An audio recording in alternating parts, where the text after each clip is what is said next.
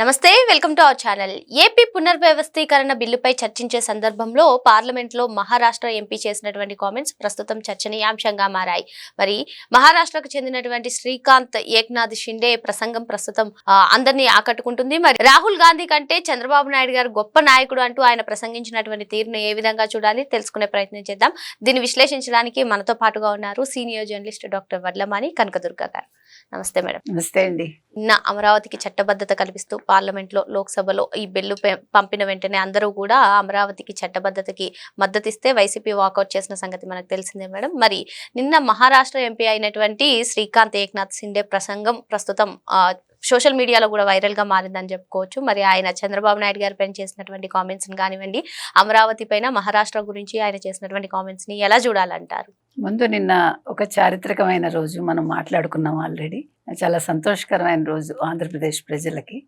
నిన్న పార్లమెంట్లో జరిగిన మొత్తం 2 గంటల సభా సమావేశాల్లో ప్రతి ఒక్కళ్ళు కూడా మద్దతు తెలిపారు. 11 పార్టీలు 18 మంది ఎంపీలు మాట్లాడారు. అంటే 11 పార్టీల తరఫున ప్రతి ఒక్కళ్ళు కూడా తమ మద్దతు తెలిపారు.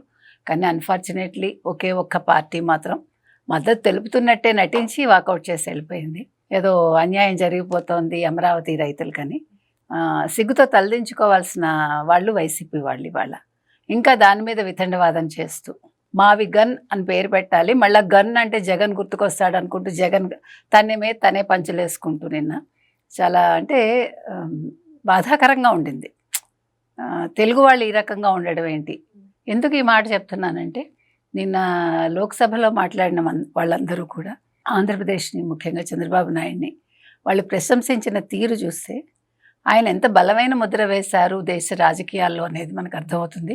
తర్వాత హైదరాబాద్ కావచ్చు, అంటే ఈరోజు తెలంగాణ లేదు ఉమ్మడి ఆంధ్రప్రదేశ్ కావచ్చు, ఇప్పుడు ఆంధ్రప్రదేశ్ కావచ్చు, వారు చేస్తున్న కృషిని ప్రతి ఒక్కళ్ళు గుర్తిస్తున్నారు.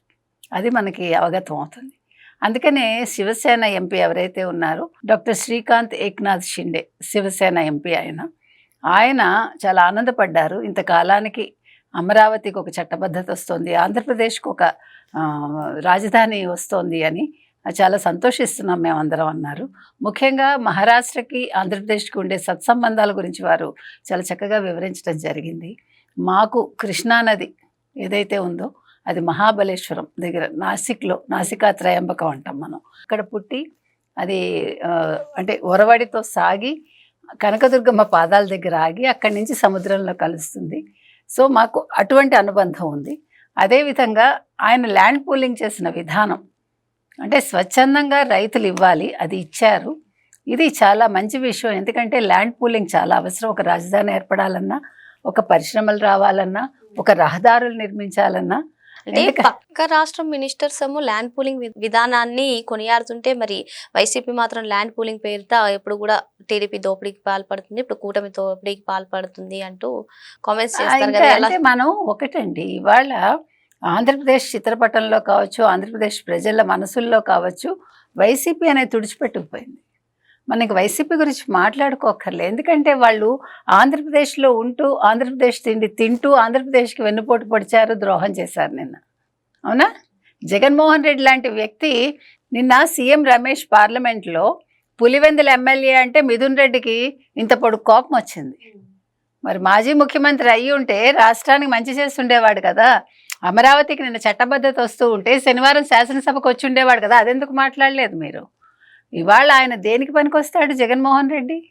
ఒక మంచి జరుగుతూ ఉంటే నేను ప్లాన్ బి చెప్పాను, మీరు ఆచరించలేదు. నువ్వేవాడు అసలు ఎప్పుడు చెప్పావు? అసలు నువ్వు ఎప్పుడు చర్చలో పాల్గొన్నావు? నువ్వు శాసనసభ సమావేశాలకు వెళ్ళావా? తీర్మానం చేసే రోజు వెళ్ళిగో ఇది నా ప్లాన్ అని చెప్పావా? నువ్వు ఏం మాట్లాడతాడు? కాబట్టి ఇవాళ మనం అసలు వైసీపీ గురించి మాట్లాడుకోక్కర్లే. ఎవరెవరు ఆంధ్రప్రదేశ్ గురించి మంచి మాట్లాడారు అనేది తీసుకుంటే ఈయన ఏమన్నారు, మేము మహారాష్ట్ర సిట్కో ఇళ్ళకి సంబంధించి కూడా మేము ఇట్లా ల్యాండ్ పూలింగ్ చేసాము. తర్వాత ముంబై నాగపూర్ కారిడార్ ఏదైతే ఉందో దానికోసం మేము 4 ఇంతలు వాళ్ళకి కాంపెన్సేషన్ ఇచ్చి తీసుకున్నాము. వాళ్ళంతా వాళ్ళు స్వచ్ఛందంగా ఇవ్వాలి. ఈ విషయంలో నిజంగా చంద్రబాబు నాయుడు చాలా గొప్ప. అంటే కాంగ్రెస్ వాళ్ళు ఏదో కమెంట్ చేస్తే మీ రాహుల్ గాంధీ కంటే కూడా చాలా గొప్పవాడు చంద్రబాబు అని 2 సార్లు చెప్పాడు ఆయన అన్నమాట. తర్వాత అసలు ల్యాండ్ పూలింగ్ విధానం ఏదైతే చంద్రబాబు నాయుడు అమలు చేశారో దీన్ని మొత్తం దేశం అంతా కూడా ఈ విధానాన్ని అమలు చేయాలని చెప్పాడు ఆయన. సో మొత్తం మీద ఇవాళ అమరావతి ఏర్పడడం అనేది చాలా సంతోషకరమైన అంశం, మేము పూర్తి మద్దతు ఇస్తున్నామని చెప్పాడు ఆయన. ఇవాళ ప్రతి రాష్ట్రం నుంచి కూడా అంటే ప్రతి ఎంపీ కూడా దీన్ని వాళ్ళు స్వాగతించారండి. వాళ్ళందరూ కూడా మద్దతు తెలిపారు. సిగ్గులేని వైసీపీ ఒక్కటే సభ నుంచి వాకౌట్ చేసి, అంటే వాళ్ళు ఎంత దిగజారిపోయారు మానసికంగా అనేది అక్కడ తెలిసింది మనకి. అంటే తెలుగు వాళ్ళకే యూనిటీ ఉండదా అనేది ఇవాళ దేశం అంతా అర్థమైంది. అంటే అపోజిషన్లో ఉన్న వాళ్ళు ఎందుకు పనికిరాని వాళ్ళు, వీళ్ళు ఆంధ్రప్రదేశ్ అభివృద్ధి చెందితే చూడలేరు అనేది వాళ్ళకి అర్థమైంది. నిన్నను ఇంకొక మాట జగన్మోహన్ రెడ్డి అంటాడు, నువ్వు పవన్ కళ్యాణ్ నీ కుటుంబ సభ్యులు అందరూ మీకు ఇళ్ళు ఎక్కడున్నాయి, మీరు ఎక్కడ నివసిస్తున్నారు, నేను బయట పెట్టినా అన్నాడు. అదేదో పెద్ద ఈయన కనుక్కున్నాడు ఒక CBCIDని పెట్టి. నువ్వెక్కడ ఉంటున్నావు, ముందు గురువింద గింజలాగా నీ గురించి నువ్వు చూసుకో. నువ్వు ఎలహంకలో ఎందుకుంటున్నావు? తాడేపల్లిలో ప్యాలెస్ కట్టుకున్నావు, ఎవడు సొమ్మది? కట్టుకున్నాక నువ్వు ఎలహంకల్లో వెళ్ళి ఎందుకుంటున్నావు? వారంలో 2 రోజులే ఎందుకు నువ్వు ఆంధ్రప్రదేశ్కి వస్తున్నావు? అది మాట్లాడవయ్యా, ఎందుకు ఈ పనికి మాలిన కబుర్లు? ఒక మంచి రోజు, చరిత్రలో నిలిచిపోయే రోజు, మంచి మాటలు చెప్పకుండా తిడతాడు, ఏంటో ఇలా చేశాడంటాడు, అలా చేశాడు. అత్తగారు ఆరళ్ళు ఉంటాయి చూడండి, దెప్పు పొడుపులు, అట్లా ఉంది అది. అవునా? కాబట్టి నా షిండే గారు అయితే అంటే శ్రీకాంత్ ఏక్నాథ్ షిండే చాలా బాగా మాట్లాడారు శివసేన తరఫున. అదేవిధంగా కాంగ్రెస్ కూడా సంపూర్ణ మద్దతు తెలిపింది. మాణిక్యం ఠాకూర్ ఆయన కూడా మేము సంపూర్ణ మద్దతు ఇస్తామని చెప్పారు. ప్రతి ఒక్కళ్ళు కూడా ఇక్కడ ఇర్రెస్పెక్టివ్ ఆఫ్ అంటే ఏ పార్టీ ఏది అని కాకుండా 11 పార్టీలు 18 మంది ఎంపీలు మాట్లాడారు. చాలా చక్కగా సాగింది నిన్న సభ, చాలా అందంగా సాగింది. చాలా ఎమోషన్ అయ్యారు పెమ్మసాని. ఎవరికి వాళ్ళకి ఆ ఎమోషనల్ బాండింగ్ అనమాట. నిన్న అంటే నిజంగానండి మనకు కూడా అక్కడ వెళ్ళి కూర్చుంటే బాగుండు అనిపించేంతలాగా ఉండింది. సో ఎనీవే అందరికీ కూడా మనం ధన్యవాదాలు చెప్పాలి, దేశంలో ఉన్న ప్రతి ఒక్క పార్టీకి, ప్రతి ఒక్క ఎంపీకి. ఎందుకంటే 499 మంది ఎంపీలు సమర్థించారు. ఒక్క 4 ఎంపీలు వైసీపీకి చెందిన వాళ్ళు సభ నుంచి పారిపోయారు. మరో అంశంతో మళ్ళీ కలుద్దాం. Thank you madam. Thank you.